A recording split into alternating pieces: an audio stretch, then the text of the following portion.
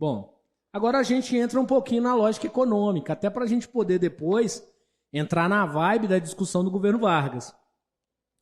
Gente, qual que é a base econômica do Brasil na República Oligárquica? O Brasil, vamos fazer aqui, ó, o contexto econômico brasileiro. Contexto. Nós tivemos economia no Brasil num primeiro momento. Vamos pegar aqui, ó. Presta atenção no que eu estou fazendo, hein? Em primeiro momento, nós temos o açúcar. A nossa economia é toda baseada no açúcar, não é isso? Cana-de-açúcar. E nós vendemos açúcar para cá, açúcar para lá. Eu vou colocar aqui a cana, né? Porque senão alguém pode discutir comigo depois. No primeiro momento, então, nós tivemos a cana de açúcar. Não é isso? Então temos a cana-de-açúcar. Dentro dessa ideia da cana-de-açúcar, nós vamos ter depois o segundo momento. O segundo momento da economia brasileira, tá? Nós estamos pegando recortes gigantescos. Nós temos a mineração, praticamente o ouro. Então tem a mineração, ouro. Agora nós estamos no terceiro momento, gente. Olha que coisa estranha. Terceiro momento da economia brasileira. Qual que é o terceiro momento? Café. Nós já temos 400 anos de história e nós tivemos 3 esteios econômicos. Agora estamos no café. Então quer dizer que a economia brasileira é baseada na produção de quê? Café. Então quer dizer que nós vamos vender para o mundo inteiro o quê? Café. E nós vamos depender única e exclusivamente do quê? Do café. Lógico, e que é por isso que nós temos aí a República Oligárquica, né? Porque nós somos produtores de quê mesmo? Café. Nós produzimos o quê mesmo? Café. E o que nós temos que produzir? Café. É café, café, café, café. Olha que doideira. Terceiro momento, café. E é o que nós vamos agora em diante. O café foi a economia que começou no segundo reinado. Então nós temos que começar a pensar em políticas para os produtores de café. Lembrando que os produtores de café é o que nós chamamos de oligarquia no Brasil. E a oligarquia brasileira era quem detinha o poder político. Não esqueçam disso. Isso faz sentido quando eu continuar explicando aqui, ó. Então você tem dentro da oligarquia a lógica do quê? Do poder político. Quer dizer que tudo que acontece de forma política é em função da oligarquia. Logo, entretanto, a política direcionada aqui, nesse momento, a política estabelecida aqui é a política de valorização do café. E aí, mano, você tem que pensar o seguinte: se está tendo política de valorização do café, quer dizer que está valorizada a terra. Quer dizer que vai ser muito difícil um capial ser dono de terra no país, tá? Capial, para quem não sabe, é os capatais, os trabalhadores. Capial. Se você valoriza o café, você valoriza a terra, porque você precisa de terra para produzir café. Aí você cria o Convênio de Taubaté. Olha que bonito, gente. Convênio de Taubaté. Qual a data de criação disso? 1906. 1906 criou-se o Convênio de Taubaté.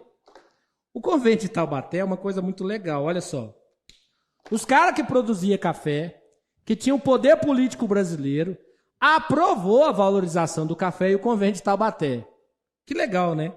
O que o Convênio de Taubaté falava? Que a produção cafeeira feita para a oligarquia que não fosse vendida seria comprada pelo Estado. Quer dizer que o cafeicultor nunca tomava prejuízo. Entende o que eu estou dizendo? Se ele tinha 100 sacas, ele vendeu 80, 20 sacas o Estado compra. Convênio de Taubaté. Ele compra a sobra, aquilo que não está sendo vendido porque o preço às vezes não está bom. O Estado garante, então, a reposição financeira para quem produz café. Em outras palavras, é como se o Estado estivesse financiando os produtores de café naquilo que seria o seu prejuízo. Vou dar um outro exemplo, tá? Imagine você que sua mãe é vendedora de coxinha, sua mãe faz coxinha para vender. E sua mãe tem a mania, né, de fazer 100 coxinhas diariamente que ela consegue vender 100 coxinhas. Um belo dia sua mãe saiu na rua para vender as 100 coxinhas, choveu, veio a enxurrada, carregou o balaio e as coxinhas tudo embora. Quem paga o prejuízo das coxinhas de sua mãe? Sua mãe, aí. Ué, lógico, ué, sua mãe. Deixa eu te contar uma história. Os políticos envolvidos na oligarquia, todas as vezes que eles têm um prejuízo financeiro por conta de catástrofe ambiental ou qualquer coisa do tipo, eles acionam o governo e o governo paga, tá? Porque a maioria dos políticos da oligarquia desse período estão na política até hoje. Então eles têm favorecimento na compra de trator, na compra de terra, na compra de insumo, na produtividade, eles têm um monte de coisa. Não acho que não tenha que ter, porque a gente precisa produzir. Mas eles já ganham muito dinheiro com a lógica produtiva, né? O agronegócio já dá muito dinheiro no Brasil, com certeza. Enquanto isso, a sua mãe, que é uma pequena empresária da coxinha, está pagando prejuízo sozinha aí. E pede ela um banco lá, um préstimozinho para pagar o prejuízo. Ela vai pagar juros elevadíssimos. Não tem política de juros menor, porque ela é a coisa que vende coxinha lá. Bom, então você faz, ou você cria, a política de valorização do café através do Convênio de Taubaté. E nós estamos apenas no nosso terceiro momento econômico aí, que é um dos poucos momentos econômicos que o Brasil viveu. Além disso, você casa essa política de valorização do café, você tem um grande momento no Brasil, que é o processo migratório. Você vai ver aí, né, uma grande quantidade de pessoas chegando, né, para a imigração brasileira. Então você conta aí com a grande contingente de imigrantes que vão vir para trabalhar no Brasil. Prova disso são os asiáticos, né? Chega no Brasil um grande número de chineses, de japonês, principalmente no início do século XX. E não só isso. A gente começa a pensar no nosso processo de quê? Industrialização.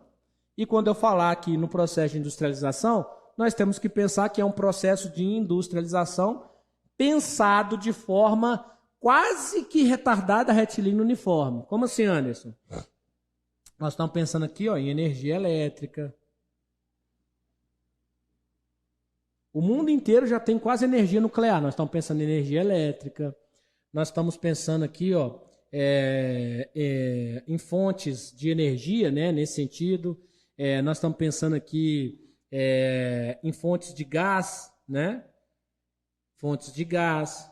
Nós estamos pensando aqui em forno, né? Alto forno. É a nossa indústria, né? Indústria primária. É nessa indústria que a gente está pensando aqui nesse período.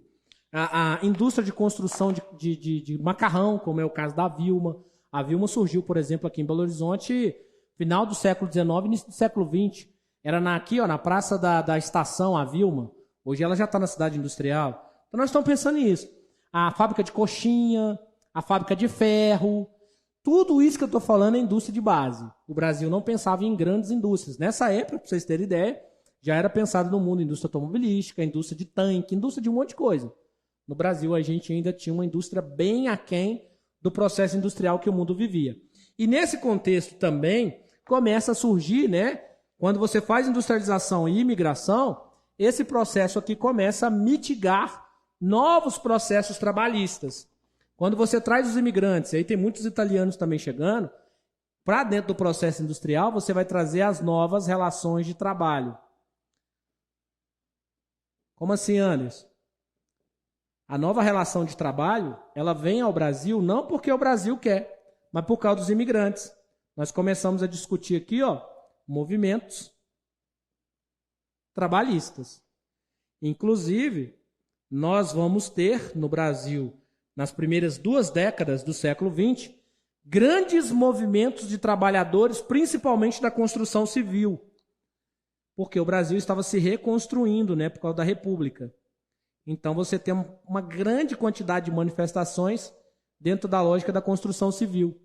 Os trabalhadores que pegam em ferramentas pesadas, né, para construir Belo Horizonte, para reformar o Rio de Janeiro, para reformar São Paulo, a galera está em grande quantidade. Então eles começam a reivindicar melhores condições de trabalho. Graças a quem? Aos imigrantes europeus e asiáticos que estão chegando no Brasil, porque principalmente os europeus já viviam novas relações de trabalho desde o século passado, inclusive com leis trabalhistas que movimentavam a sua vida. Não vamos nos iludir. Apesar de termos os movimentos trabalhistas iniciados aqui, nós só vamos ter leis trabalhistas no governo Vargas. Nesse momento ainda nós vamos ter apenas as elucidações, as discordâncias, né? As brigas, colocar o carro na rua, né? por enquanto é o que a gente vai fazer. Mas já há avanços nesse sentido, né? Pelo menos já vai colocar o carro na rua. Lá na década de 30, aí começam a surgir os grandes sindicatos, né, etc e tal. Outra coisa que surge no Brasil nesse período ainda é a ideia dos partidos, né? Começa a ter, por exemplo, no Brasil, um movimento anarcossindicalista, que é o anarquismo chegando à sociedade brasileira. Já começamos a ter deslumbre do socialismo, né? Principalmente pela chegada aí da prática de pessoas que estão vivenciando outras coisas nos seus países aí. E aí o Brasil abriu. Anderson, e por que o Brasil só abriu só agora? Gente, a abertura do Brasil para todo mundo, ela se dá justamente pela discussão genealógica, lembram? A genética. O Brasil acreditava que se ele trouxesse só europeu, ele ia branquear a raça. Inclusive, diga-se de passagem, né? A Ana Maria Braga hoje cometeu um trem doido, né? Ou foi hoje ou foi ontem, não sei. Ana Maria Braga, no seu programa, ela disse que veio da Bahia e ela foi falar com aquele jornalista Tiago que ela queria pegar um bronzeado igual ele que tem um bronzeado. Ela só esqueceu que o Tiago não é bronze, ele é negro. Então, olha como que o racismo está aí, né, colocado na sociedade de uma forma bem, bem interessante. E naquela época aqui, ó, não trazer negros ou qualquer outra cor, no caso os asiáticos, era para não miscigenar ainda mais o Brasil. O Brasil já é colorido demais, nós temos que acabar com essas cores aí e deixar só branco.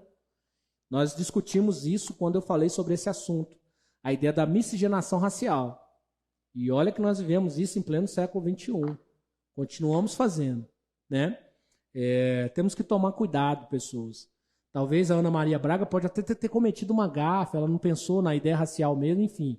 Mas o tem é tão intrínseco, né? É tão impregnado que a gente fala sem querer. A gente já fala e parece que não é aquilo que a gente quis falar, mas a gente está falando. Ficou tão natural que a gente solta isso como se fosse, nossa, nem pensei. Mas tem que pensar.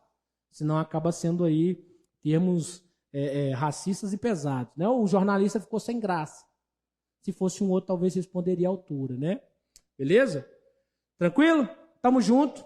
No próximo bloco nós vamos ver aí como que caminhou, né, o século XX ou a década de 20 para a gente chegar na era Vargas aí, beleza? Nós vamos suscitar lá os movimentos tenentistas e talvez falar um pouquinho da Semana da Arte Moderna, que também é um movimento artístico e cultural que vai impactar o Brasil na década de 20 aí. Até lá.